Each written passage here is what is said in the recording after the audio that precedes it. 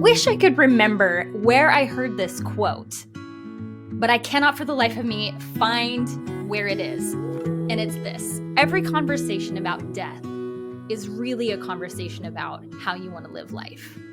And that's what I'm talking about today on the podcast. This is the very first episode of the PS We Expire podcast, and I am really happy to get to share this with you, despite the fact that this conversation is partly about my daughter dying. She was the inspiration for a lot of this work, and I feel very grateful to get to share this with you today. So welcome to the first episode. I'm not sharing a ton about the circumstances around her death, but really to talk about this one beautiful life that we get and how to really and truly live it. So thank you so much for being here. I hope you enjoy. Welcome to the PS We Expire podcast. I am Morgan Motsinger, and I had very different plans for what my first episode was going to be about. Originally, I had recorded my first episode a couple of months ago. At the time of this recording, it's Monday, December 12th. And the podcast episode that I had originally recorded for my first one was the kind of origin story of a lot of the changes that happened in my life as a result of my daughter's terminal diagnosis. And between then and now, she died. She died the morning of December 4th, Sunday morning, just after 8 a.m, after 1 week of being sick. I had hoped that I would never record this episode, that perhaps, this is a new podcast, and I thought perhaps I would do this podcast for 3 to 5 years, and that during that time, I would still have Annie.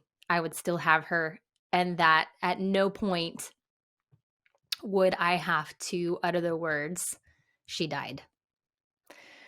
I have been anticipating her death for 11 years. And her diagnosis day was November 14th of 2011. And so we just hit the 11-year mark not that long ago. And I will never forget that day. Never, ever will I forget that day. But it has definitely been replaced as my hardest day by December 4th.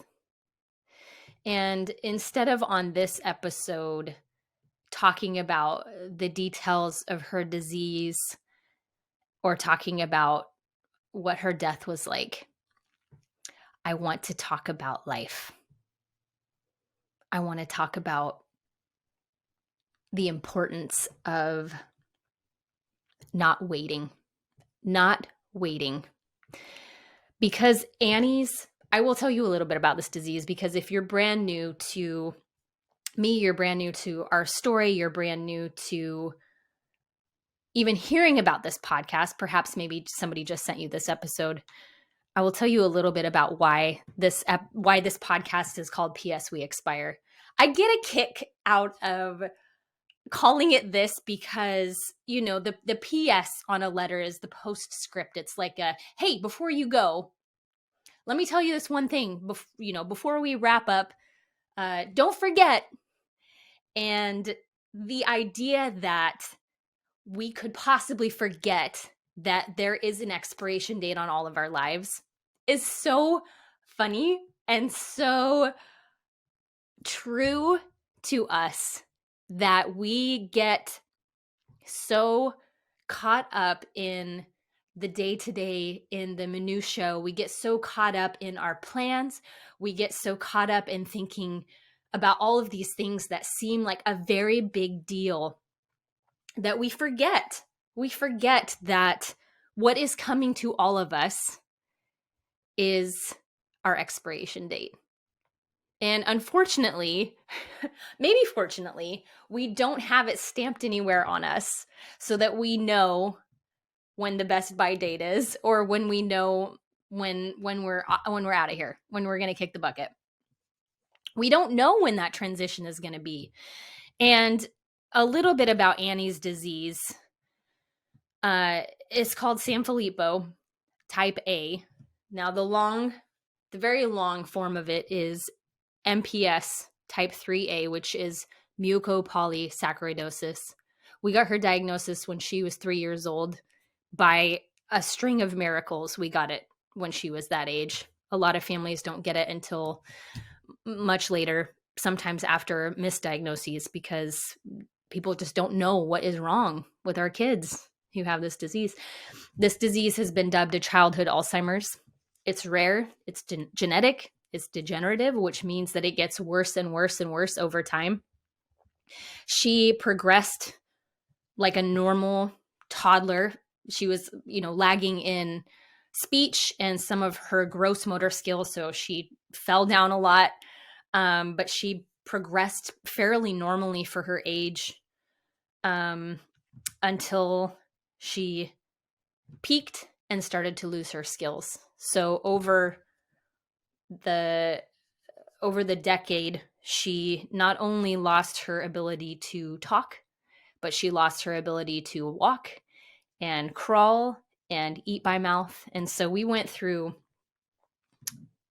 all the phases of this disease, of watching her lose her skills, knowing that the life expectancy for this disease was mid-teens.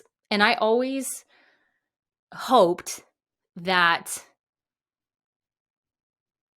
mid-teens meant 16, maybe 17, 18, 19, 20. I hoped that we had to file paperwork to become guardians of her, or I'm not sure what that would be when she turned 21 and she was technically an adult. I hoped that we would have to file that paperwork to still be in charge of her. But that's not how it happened. That's not how it happened. And we decided that she would die at home.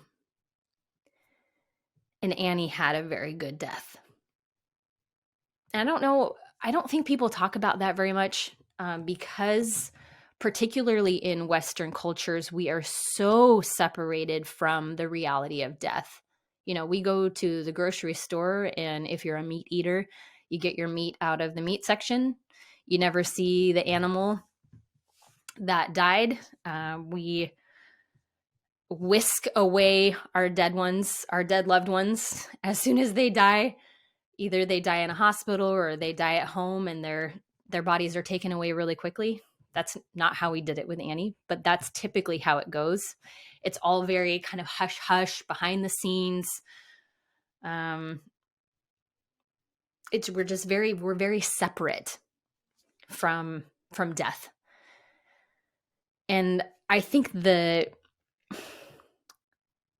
downfall of that is that it does perpetuate this idea that we've got all the time in the world and that we're just going to live forever. And none of us really believes that here, but we act like it. We act like it's not coming for me. This isn't going to happen to me.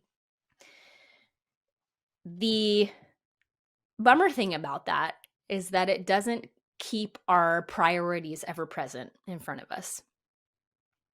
We get very close-viewed on the things that are important to us and things that we think are a really big deal when they're really not.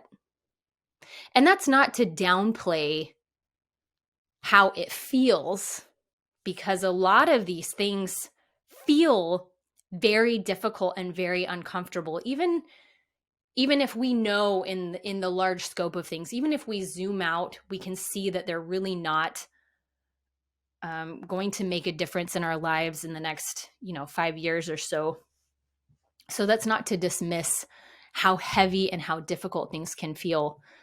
But the really wonderful thing about having a daughter with this disease is, like, I had this ever-present, amazing opportunity to understand how fragile life is and how short life is. That was such a gift to me, for the last 14 years to have this beautiful, amazing person that experienced what is coming to all of us, perhaps over 70, 80, 90, 100 years if we're lucky. She had that condensed down into 14 years. So she lost skills like we all will. She became completely dependent on us like we all will. And so I had this beautiful child who reminded me on a daily basis that this is what we get. This life in this body, in this reality is it. This is what we get.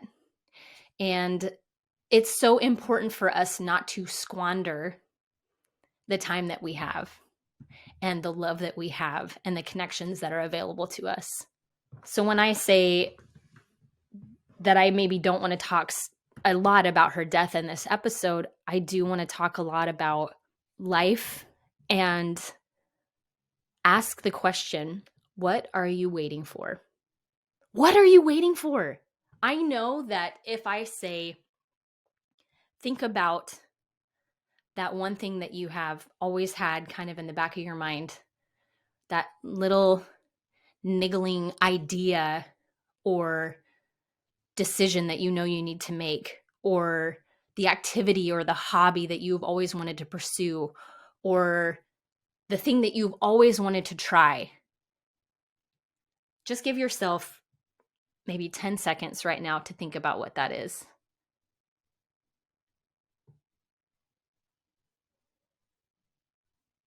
What is that for you? It doesn't even have to be a big thing. It can be something very small. Like, I have always wanted to learn how to cross stitch. I have always wanted to learn how to ride a skateboard. I have always wanted to take a painting class.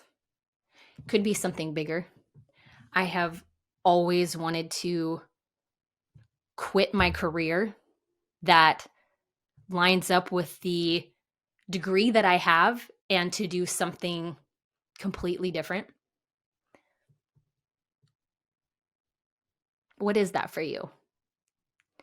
And my question I'm asking you again, what are you waiting for? What are you waiting for? Are you waiting for the timing to be just right? Are you waiting for it to not feel scary?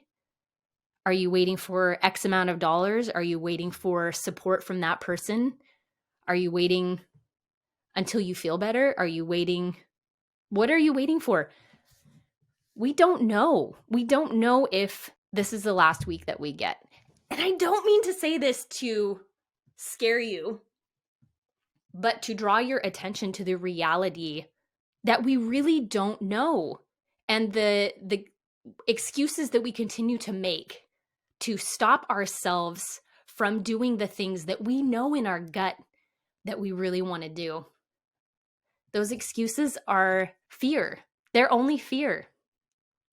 There's an exercise that you can do that I do with myself fairly frequently, especially around big decisions, is I ask myself, what is the worst that can happen?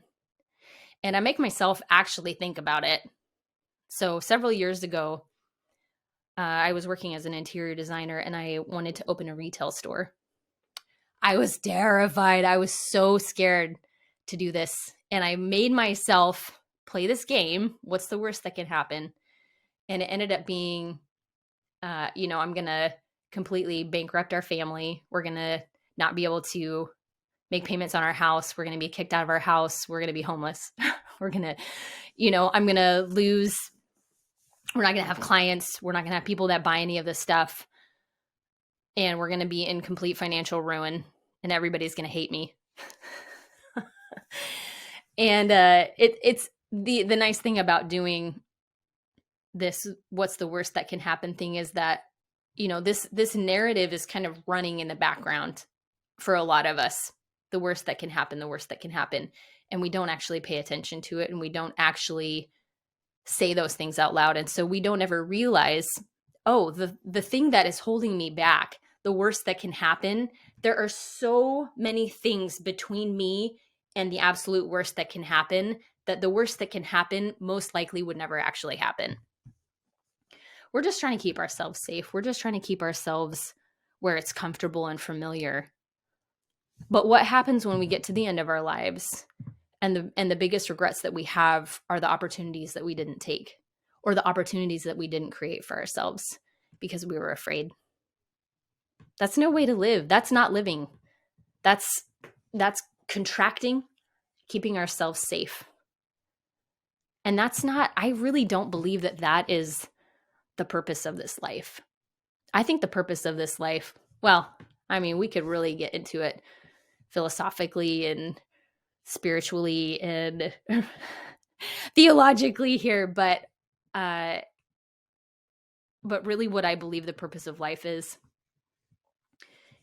to experience the full breadth of the human experience. And the big parts of that, the pieces that connect us to one another, connect us to ourself, is our emotions, feeling all the things. And I love to think about life as a game. Some people will say life is an accident. Some people will say life is a school, life is a test, or like it shouldn't have happened like this. But I believe, because this is a thought and a belief that has served me really well, I believe that life is a game. And if I think about life as this game board, right? And you roll the dice and you're not totally sure what's going to come up. So you're taking a chance, you're taking a risk, you're rolling the dice, and you know that some of the spaces on this board are going to be pain, are going to be suffering, because that is what is guaranteed to come to us all. If you live long enough, you will suffer. You will have people that you love leave, whether through death, through breakup, through whatever other life circumstances happen.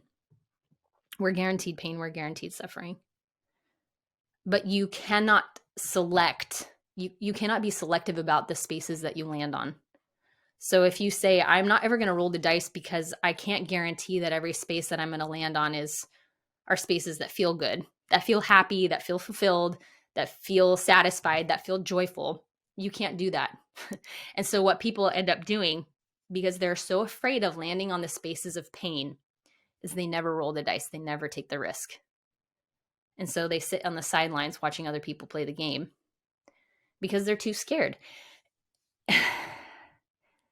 And believe me when I say that there have been days and there will be days where I think, oh man, it would be so much better for me to just stop playing.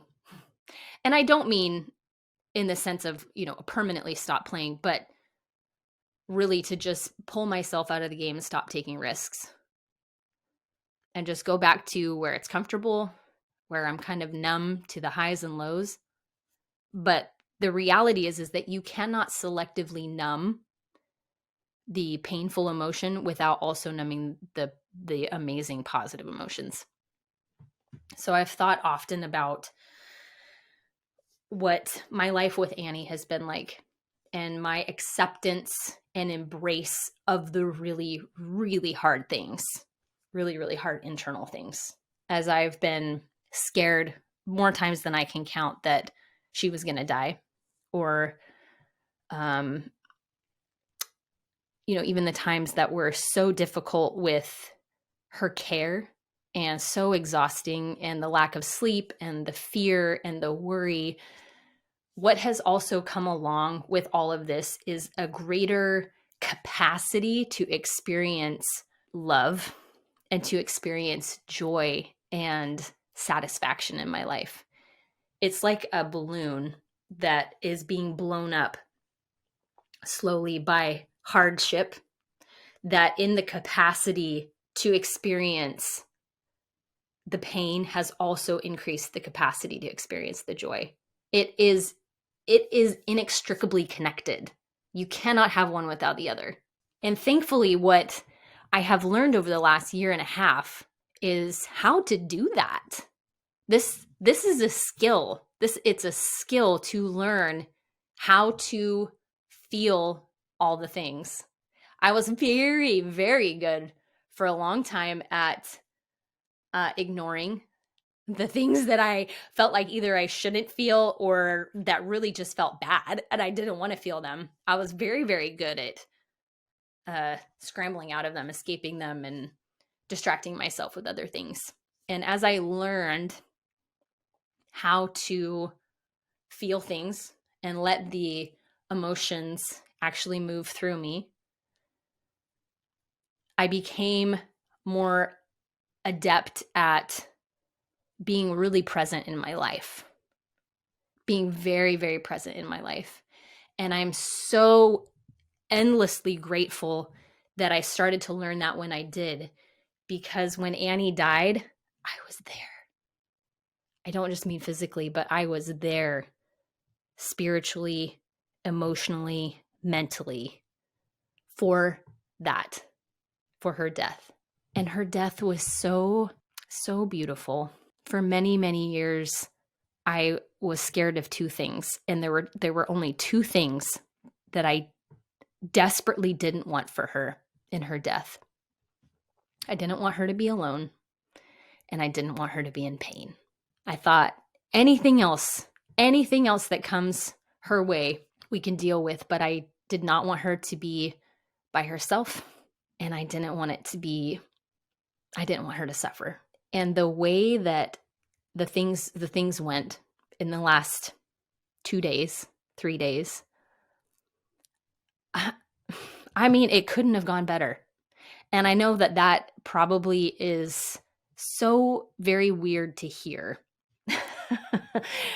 that her death went well, but it's so true. It's so true. I had been anticipating that for over a decade, and the way that it went, the peace that she had, and she was surrounded by people that loved her entire life and were there through the hard things. And she was not in pain. I could not have chosen it to go better than that. I mean, I would have chosen to not have that happen at all, ever. Like I wanted her with me forever and still do. I mean, that's probably the one emotion that I have felt the most in the last week is a very deep yearning for her to be with me. And she did such a good job. I think I probably whispered that to her so many times as she was dying. You're doing such a good job, Annie. You're doing such a good job. And the truth was that she was doing exactly what she needed to do. I wonder how often we whisper that to ourselves.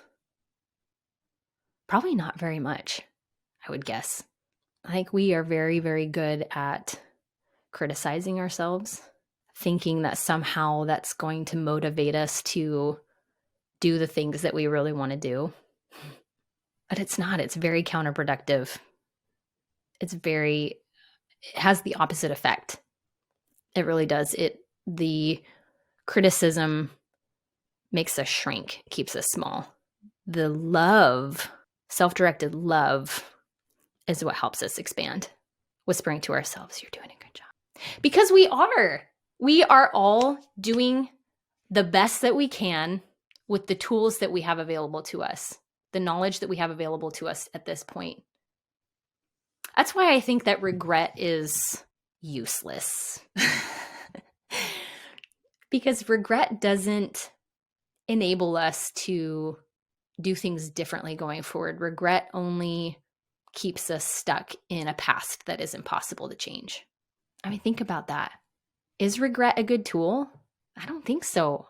I think self-compassion, self-love, telling ourselves, you're doing a good job, you're doing the best that you can, is what helps us do things differently going forward. I could talk about Annie forever, and I will. I will continue to talk about her. But for now, for today, I just want to ask you again, what are you waiting for? What are you waiting for? Truly, truly ask yourself that question. What am I waiting for? What are the things that you have consistently been ignoring?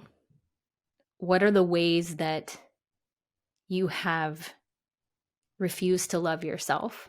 What are the ways that you have been keeping yourself safe, aka not actually living? What are the ways in which you have kept yourself out of the game for fear of what other people will think, or fear that you won't be able to handle the hard things? I felt that. Like I had wondered, I still wonder, am I going to be okay with these hard things? What's going to happen to me? What am I going to be like? What is this breaking of this identity going to do to me? But I know now that even the hardest things are not all hard, and that there is exquisite, spectacular beauty that comes alongside some of the most painful things, and that we do not need to fear pain. And it's also okay when we do, because who wants to burn themselves by touching a hot stove? It makes sense that we try and retract from the things that we know are going to be painful.